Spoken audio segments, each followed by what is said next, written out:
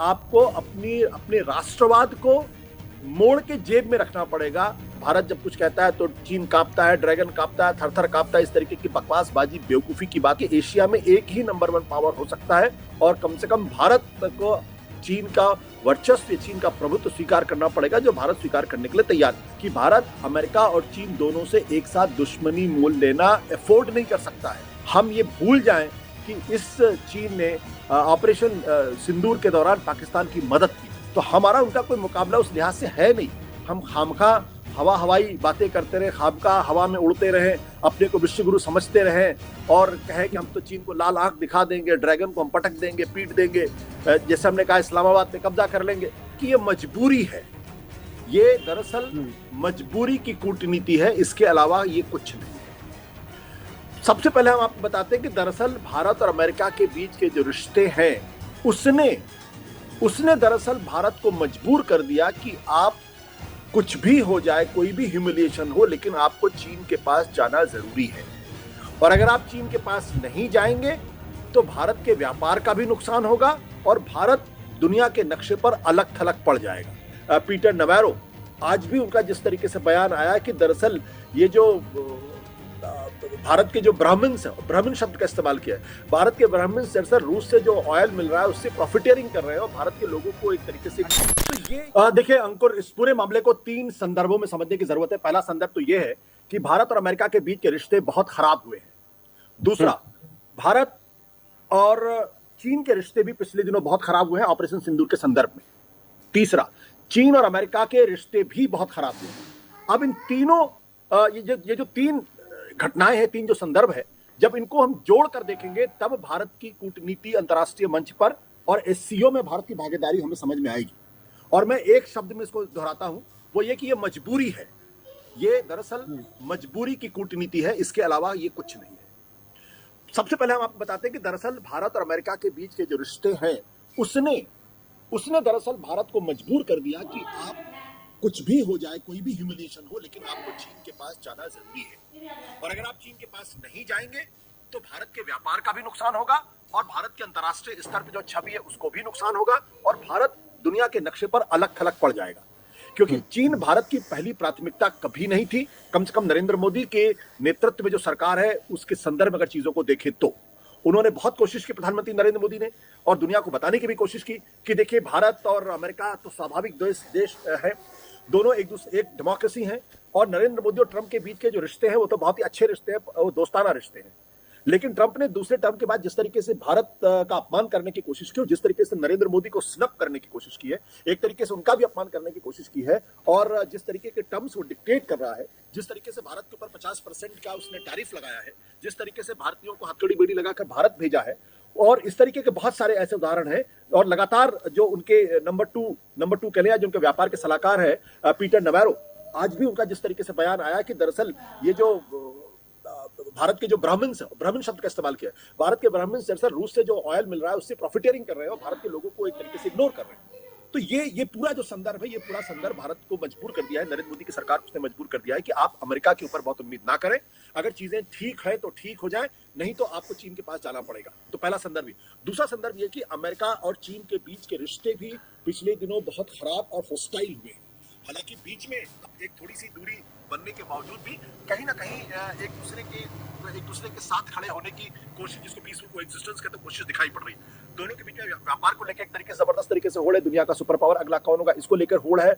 और अमेरिका इस बात को अच्छी तरीके से जानता है कि चीन जिस गति से, जिस तरीके से प्रगति कर रहा है, अगर ऐसे ही प्रगति करता रहा तो चीन की, अमेरिका की बादशाह पूरी तरीके से खतरे में पड़ जाएगी। इसलिए अमेरिका की पूरी कोशिश होगी कि चीन की प्रगति विकास को वो किसी तरीके से रोके। ये दूसरा संदर्भ है। तीसरा संदर्भ जो है वो भारत और चीन के बीच के रिश्ते भी पिछले दिनों बहुत बिगड़े हैं, खासतौर पर 2020 में जब गलवान घाटी में भारतीयों पर हमला हुआ, भारत की सीमा में घुसे और 20 भारत के जवान शहीद हुए थे। उसके बाद हमारे रिश्ते लगातार खराब होते चले गए। सीमा विवाद को लेकर हम लगातार ये प्रिटेंड करते रहे कि दरअसल चीन तो हमारे सामने कुछ भी नहीं है। हमारे यहाँ जिस तरीके से टीवी चैनल्स पे चलने लगा, भारत जब कुछ कहता है तो चीन कांपता है, ड्रैगन कांपता है, थर थर कांपता है, इस तरीके की बकवासबाजी, बेवकूफी की बातें जो हिंदुस्तान के टीवी चैनल्स ने दिखाई, उनको तो शर्म आनी चाहिए इस तरीके की बातों को। उसका भी एक बड़ा कंट्रीब्यूशन है भारत और चीन के रिश्तों में खराबी होने का। लेकिन असली बात ये थी कि भारत के ऊपर चीन अपना प्रभुत्व और वर्चस्व जमाना चाहता है और वो भारत को ये बताना चाहता है कि एशिया में एक ही नंबर 1 पावर हो सकता है और कम से कम भारत को चीन का वर्चस्व, चीन का प्रभुत्व स्वीकार करना पड़ेगा, जो भारत स्वीकार करने के लिए तैयार है। अगर इन 3 संदर्भों को हम देखें तब एससीओ के अंदर जो प्रधानमंत्री नरेंद्र मोदी की जो मुलाकात है वो समझ पाएंगे। पहली बात तो हमें ये समझनी पड़ेगी कि दरअसल ये कोई शिखर वार्ता नहीं है, कि बायलैटरल डायलॉग भारत और चीन के बीच की नहीं, नरेंद्र मोदी और चीन के राष्ट्रपति के बीच कोई बायलैटरल टॉक नहीं है। ये एससीओ समिट है, संघाई कोऑपरेशन ऑर्गेनाइजेशन। संघाई कोऑपरेशन ऑर्गेनाइजेशन का भारत कोई मौलिक या पुराना सदस्य, संस्थापक सदस्य नहीं है। भारत 2017 में इसका सदस्य बना था, जबकि संघाई कोऑपरेशन जो है वो संघाई 5 के नाम से 1996 में या 1997 में बना था और वो आगे बढ़ के अब उसमें 10 सदस्य है, जिसका भारत एक सदस्य बना है। भारत और पाकिस्तान 2017 के आसपास उसके सदस्य बने हैं। तो ये एससीओ समिट है, ये पाकिस्तान, ये माफ करेंगे, चीन का शो है, ये चीन का मेगा शो है। और चीन अमेरिका को और दुनिया को इस टैरिफ वार के समय में ये संदेश दे रहा है कि चीन के साथ अब दुनिया के बहुत सारे देश आने लगे हैं। हम एक सुपर पावर हैं, हम अमेरिका की तरह एक सिक्योरिटी अम्ब्रेला बना रहे हैं, एक इकोनॉमिक अम्ब्रेला बना रहे हैं। यह संदेश एससीओ के माध्यम से चीन दुनिया को, यूरोप को और अमेरिका को दे रहा है। भारत उसमें सिर्फ एक सहभागी मात्र है। एक अगर ये कहे तो हमें बुरा लगेगा, लेकिन भारत उसमें कैरेक्टर आर्टिस्ट के तौर पर ही है। उसके असली हीरो पुतिन है, उसके असली हीरो शी जिनपिंग है और ये दोनों मिलकर आज की तारीख में डोनाल्ड ट्रंप को आंख दिखा रहे हैं और उनको संदेश देने की कोशिश। उस संदर्भ में अगर हम देखेंगे तो हम एससीओ में भारत की जो भूमिका है उसको बहुत बढ़ा चढ़ा कर नहीं कहेंगे, सिर्फ इतना कहेंगे कि आइस ब्रेक हुई है शी जिनपिंग और नरेंद्र मोदी के बीच में। अब ये आइस ब्रेक के बाद रिश्ते किस दिशा में और कैसे आगे बढ़ेंगे, ये देखने वाली बात होगी। आपने कहा कि चीन चाहता है कि भारत वो एशिया का सब सुपर पावर दिखे और कोई दूसरा कंट्री ऊपर ना बढ़े। भारत इसमें आपने कहा कि सहयोगी भी है, भारत गया भी है, मोदी जी उनसे मिले भी हैं और पीएम मोदी ने कहा कि चीन और भारत दोनों आतंकवाद के शिकार हैं। ये हालांकि जब विक्रम मिस्त्री से पूछा गया कि चीन आतंकवाद का कैसे शिकार है तो उन्होंने उतना उसको टाल गए वो, क्योंकि हाँ हल्के छोटे मोटे हमले साइड से होते रहते हैं, लेकिन उनका ऐसा नहीं जैसा भारत का है। तो भारत के आत्मसमर्पण करके उनका सहयोग कर रहा है, क्योंकि विश्वगुरु तो पीएम मोदी थे। विश्वगुरु की छवि बहुत दिनों से खराब भी हो रही है। अब विश्वगुरु गए हैं तो जो छवि खराब हो रही थी ये और डेंट है छवि में। देखिए, मौजूदा जो सरकार है, नरेंद्र मोदी की सरकार है, उनको ये समझना पड़ेगा कि अगर आज की तारीख में भारत को प्रगति करना है, भारत को विकसित राष्ट्र बनना है, तो उसको चीन के साथ अपने रिश्तों को बहुत बेहतर करना पड़ेगा। इसके अलावा दूसरा कोई रास्ता है नहीं। उसको अमेरिका के साथ अपने रिश्ते सुधारने पड़ेंगे, इसके अलावा दूसरा कोई रास्ता है नहीं। उसको यूरोपियन यूनियन के साथ अपने रिश्तों को बेहतर करना पड़ेगा, इसके अलावा कोई तीसरा रास्ता है नहीं। अब उस संदर्भ में आपको अपने राष्ट्रवाद को मोड़ के जेब में रखना पड़ेगा और अपनी जेब से राष्ट्रीय हित को निकालना पड़ेगा, कि आपको वो काम करना पड़ेगा जिसमें देश हित हो, जिसमें नेशनल इंटरेस्ट हो। अगर चीन के साथ करीब आने से भारत सीमा विवाद में कमी हो सकती है, भारत और चीन के व्यापार संबंधों में बेहतरी हो सकती है, भारत को वो तमाम चीज इंपोर्ट एक्सपोर्ट में मिल सकती है जो आज भारत की अर्थव्यवस्था के लिए जरूरत है, तो भारत को अपना थोड़ा सा अपने संकोच को कम करते हुए चीन से अपने रिश्तों को बेहतर करने की कोशिश करें। मैं कई बार इस बात को कह चुका हूं कि जब भारत चीन से अपने रिश्ते बेहतर करता है तो हमारी सीमा पे जो तमाम तनाव है वो कम होगा। आपको डिफेंस एक्सपेंडिचर में जितना खर्च करते हैं, लगातार चिंता में रहती है सरकार और देश, उसमें कमी आएगी। पाकिस्तान पर चीन का इन्फ्लुएंस होगा। चीन जो आतंकवाद हमारी जमीन पर करने की कोशिश करता है उसमें थोड़ी सी उसमें दबाव डाल के उसको कम किया जा सकता है। और रूस से जो हमारे रिश्तों में जो दूरी आ रही थी उसको ठीक किया जा सकता है।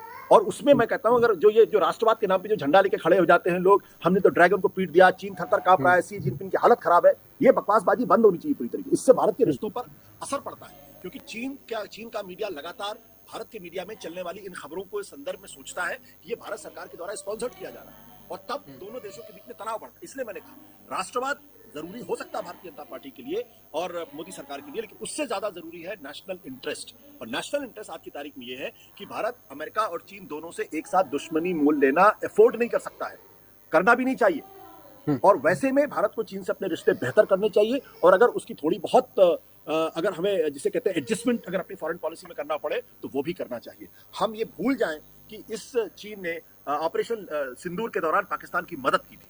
हमें भूलना पड़ेगा कि चीन ने किस तरीके से हमारे प्रति शत्रुता का व्यवहार किया था, क्योंकि हमारी जो महाभारत है या चाणक्य नीति है उनमें साफ तौर पर कहा गया अगर आपका शत्रु आपसे बहुत ज्यादा ताकतवर है, बहुत ज्यादा शक्तिशाली है, तो आपको उससे अपने रिश्तों को बेहतर करना चाहिए और उससे अपने रिश्तों उसके साथ दोस्ती करनी चाहिए, और उस वक्त का इंतजार करना चाहिए जब आप अपने शत्रु से ज्यादा पावरफुल हो जाए, तब उससे लड़ें।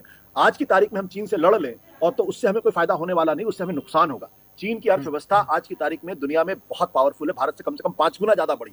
उसका डिफेंस प्रिपेयर्डनेस भारत से कई गुना बड़ा है। और उसकी उसकी जो सामरिक क्षमता है वो भी बहुत ज्यादा है। वो अमेरिका को चुनौती दे रहा है, जबकि भारत सिर्फ $4 ट्रिलियन की इकोनॉमी है।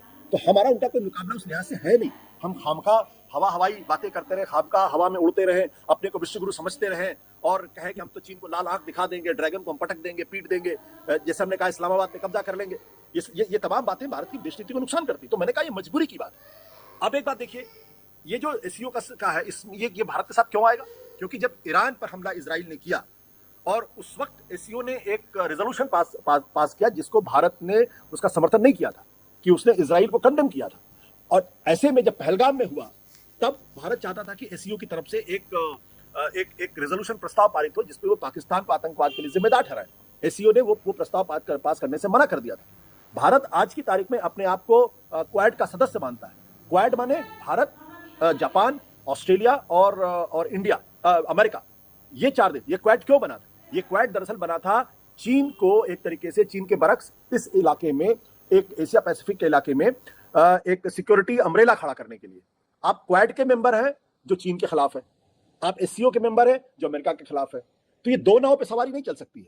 इसलिए मैंने कहा भारत को बहुत संभल के चलना पड़ेगा और कुछ अपनी विदेश नीति में एडजस्टमेंट करने पड़ेंगे। तो नाज़रीन, ये थी आज की हमारी वीडियो। उम्मीद करता हूँ कि आपको हमारी ये वीडियो पसंद आई होगी। अगर आपको हमारी ये वीडियो पसंद आई हो, हमारी वीडियो को लाइक कर देना है और हमारे चैनल को सब्सक्राइब कर देना है। तमाम इसमें जो हमने इंडियन मीडिया की हमने वीडियोस ली, जिन पर हमने एनालिसिस किया, जिसमें हमने आपको दिखाया, उन तमाम का शुक्रिया अदा करते हैं। मोस्टली जो कि इंडियन मीडिया है उनका हमने इस्तेमाल किया है। दोस्तों, ये थी आज की हमारी वीडियो। नेक्स्ट वीडियो तक दीजिए हमें इजाज़त। अल्लाह हाफिज़।